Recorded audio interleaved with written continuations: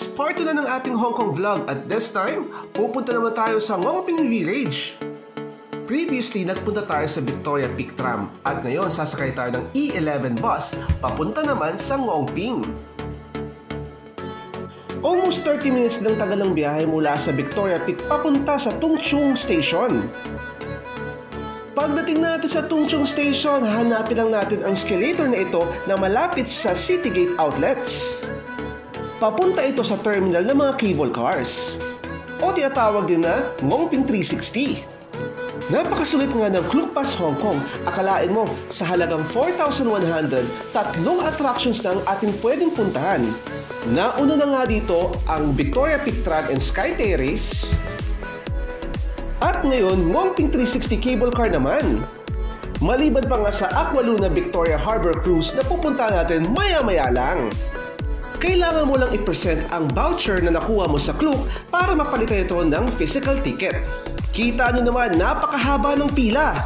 Sa pagpili ng cable car, may dalawang options. Una, ang regular cable car at ang crystal cable car. Meron lamang extra charge kung ang pinili mo ay crystal cable car. At nagsimula na ang aming cable car experience. Ang Ngongping cable car journey na ito ay mag-last ng approximately 25 minutes. Hindi ito first time ni Mama dahil nakapag-cable car na kami nung nasa Singapore kami. Kaya naman kitang-kitang relax na siya this time. Dahil sa tatlo lang kami ni Mama at napakaraming pasaherong gustong sumakay sa Ngongping 360 cable car, hindi namin solo ang cable car na ito. Ada yang gini bawahnya, ini kan kami standar dan kami itu bawahnya ya bulan 6 ya dan ya. Bukan bulan 6, bulan pada yang dito ni Roel, ni Rochelle, mana Eropa. Kami dito. Pasensya na at medyo may kaingayan ang mga kasama naming ibang lahi dito. Tulad nga na nabanggit ko kanina, ang cable car na ito ay ang nagdudugtong sa Tung Chung papuntang Ngongping ng Lantau Island. Kung pupunta kayo dito, tandaan na ang Ngongping Village ay open mula 10 AM hanggang 6 PM lamang. Maaring sumakay dito mga batang less than 12 years of age basta may kasamang adult na 15 years old pataas. Talaga naman napaka-breathtaking ng views dito. Animoy, nasa alapaap ka talaga. Pagdating natin sa Ngongping Village, napakaraming attractions. Kaya naman, hindi na kami makapaghintay. Meron dito mga dining outlets, retail shops at makikita mo ng personal ang pamosong statue ni Buddha. Na, kahigante ang laki. Kung may extra energy ka at marami kang oras para maglibot-libot dito sa Hong Kong, why not mag-hiking ka dito sa Ngongping? Ang buong trail ay may habang 7.7 kilometers. Aabot ito ng humigit kumulang 4 na oras para makumpleto. Heto nga, tanaw mo dito ang bridge papunta naman sa Macau. Ang Ngongping 360 na cable car nga pala ay kasama sa top 10 best cable cars sa buong mundo. Sa laki nga ng statue na nakatayo sa tuktok ng bundok ay tanaw na namin ito. Makalipas nga ng halos kalahating oras ay nakarating na kami sa Ngongping Village. Ang Ngongping Village ay located sa western part ng Lantau Island. Ang nasabing village ay itinayo sa tuktok ng Ngongping Plateau. Napakaraming turista ang dumadalaw dito para makita ang Tiantan Buddha. Napakaganda ng vibes ng lugar na ito. Kapansin-pansin ang traditional Chinese architectural elements na makikita dito. Ang 2-story complex ay nag-feature ng more than 20 shops at restaurants. Kaya napakadaming dining at store options dito. Makikita din dito ang nakailerang 8 blessing drums na nagpapakita ng iba't ibang Chinese characters na may positive ideas such as happiness, success, at health. Tulad nito. Ka na kay Buddha. Ano masabi mo kay Buddha? Ang taas naman yan. Buddha. Makikita rin dito ang Tree of Awakening at ang napakaraming wishing placards. Hello! Talaga naman napakaraming Instagram-worthy spots na pwedeng puntahan dito. Napakasarap maglakad-lakad dito. Ang newly renovated Wongping Nature Center ay nagpo-provide din ng mga interactive exhibits, guided tours, at mga map and hiking pole lending services. At natagpuan din namin ang hagdan papunta sa mataas na Buddha statue. Hanggang dito na nga lang sa baba sina mama at ate. Pero ako, challenge accepted! Susubukan natin akyatin ang tuktok nito. Meron lang naman itong 268 steps para ma-reach natin si Buddha. Heto nga't hinihingal na ako. Umabot ng 12 years para maipatayo ang statue na ito. Ang bronze Buddha statue ay nagsisimbolo ng stability ng Hong Kong, prosperity ng China at peace sa buong mundo.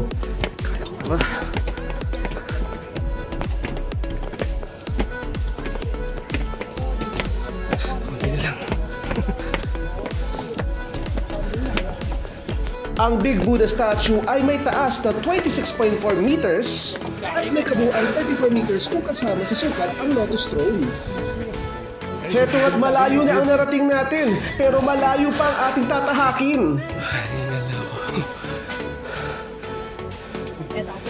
Buti na lang.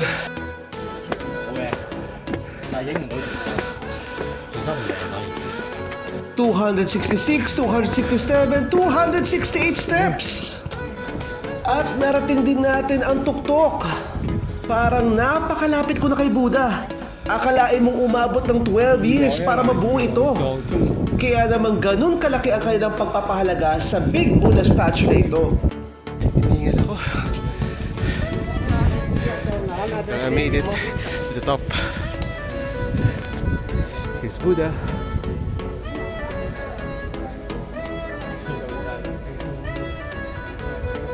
At matapos nga natin marating ang tuktok, hindi pa tapos ang pagod niyan dahil babaybayin natin ito pababa. Take note, walang elevator o shortcut para gawin ito.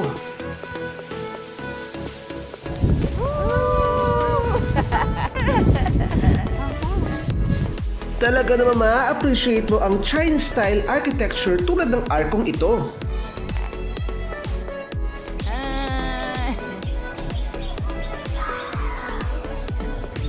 Isa rin sa Instagrammable spots dito ay ang mga makukulay at nagagandahang Chinese lanterns na ito. Kaya naman nagpaka-feeling models na kami dito.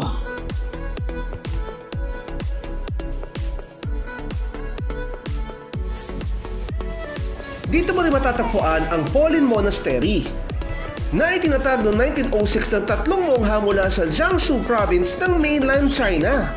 Napaka-ideal ng place na ito kung gusto mong mag-meditate.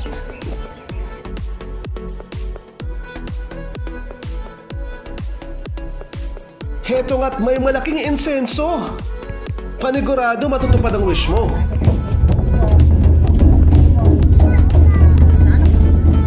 Siyempre, pinatunog din namin ang mga tambol na ito.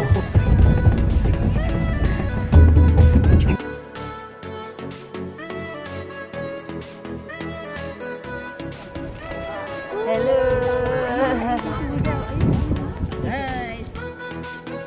At sa patuloy namin paglalakad ay nakakita kami ng toro. Dinudumog nga ito ng mga turista para magpalitrato. Siyempre, lalapit tayo.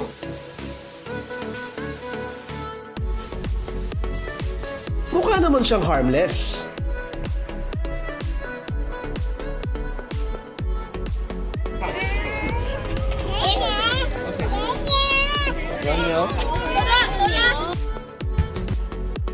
Pupunta naman tayo sa Central Pier number 9 ng Central Harbor Front para sa ating Aqua Luna Victoria Harbor Cruise Experience. Tanaw na natin ang Hong Kong Eye o tinatawag din na Hong Kong Observation Wheel. May taas itong 60 meters at merong 42 luxury gondolas. Kung gusto niyo sumakay dito, maaari niyo din itong i-book sa Klook. Kabilang na dito ang isang special VIP gondola na merong glass bottom. Para sa ating Sunset Cruise Tour, kailangan mo dumating sa Central Pier 9 at least 15 minutes bago ang scheduled activity. Sasakay tayo ng traditional junk boat ng Aqua Luna habang ini-enjoy ang view ng Hong Kong skyline. Talaga namang kakaibang experience ito. Magpapakaitan at joy tayo sa pelikulang Hello Love Goodbye. Kaway-kaway sa mga fan ng movie na ito.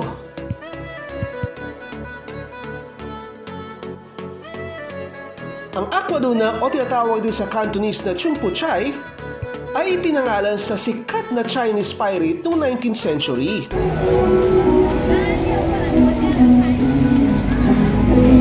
Ang 45-minute cruise na ito ay may kasama ng isang complimentary drink per person. Kaya naman sulit na sulit na.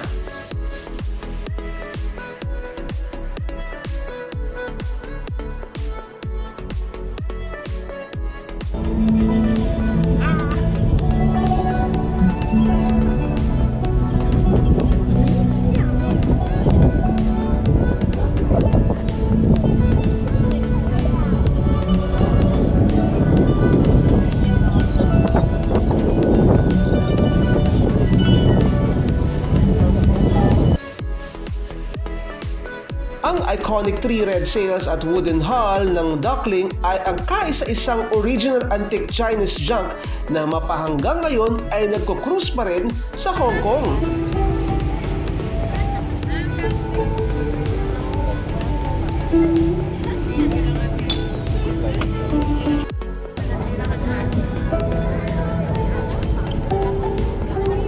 Napakagandang tignan ng skyline habang lumulubog ang araw.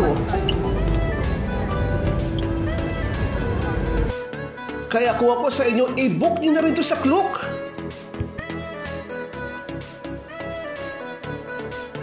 What can you say?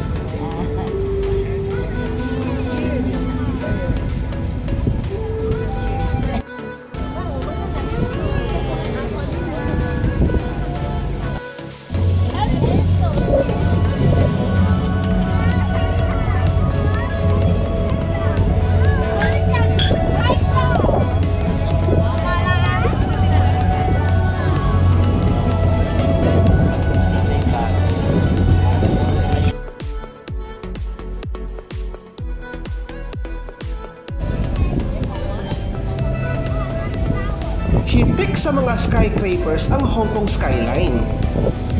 Kaya naman kinikilala ito na isa sa pinakamagandang skyline sa buong mundo.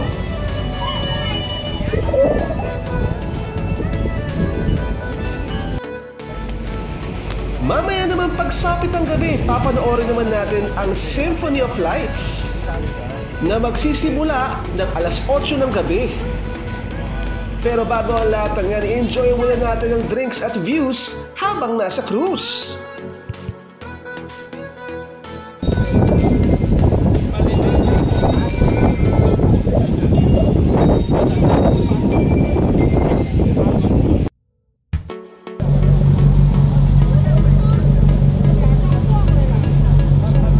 Kung gusto mo ng best views para sa iyong Symphony of Lights experience, ang best location ay sa Tsim Sha Tsui Waterfront outside ng Hong Kong Cultural Center at ng Avenue of Stars. Take note, libre po ito. Kaya isama mo na to sa iyong itinerary.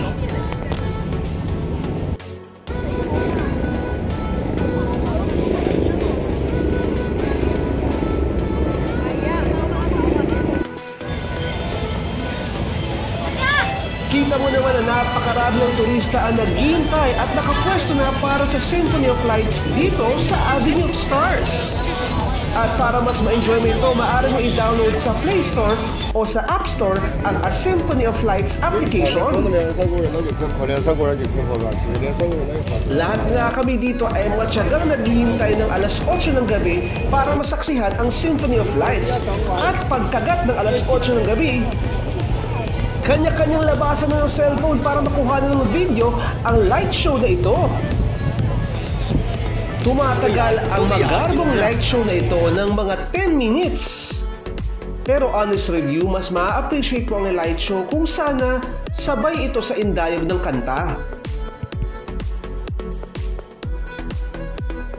Kaya nga ina-advise ng Hong Kong Tourism Board na i-download ang mobile app for better experience. Ganda, Lucy.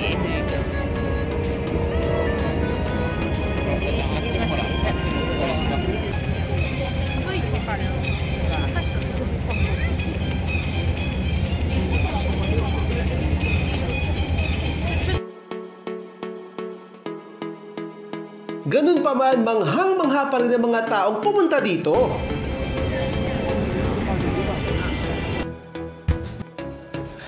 Again, this has been Crazy as well. Don't forget to like, subscribe, and hit the bell button. Until next time, bye!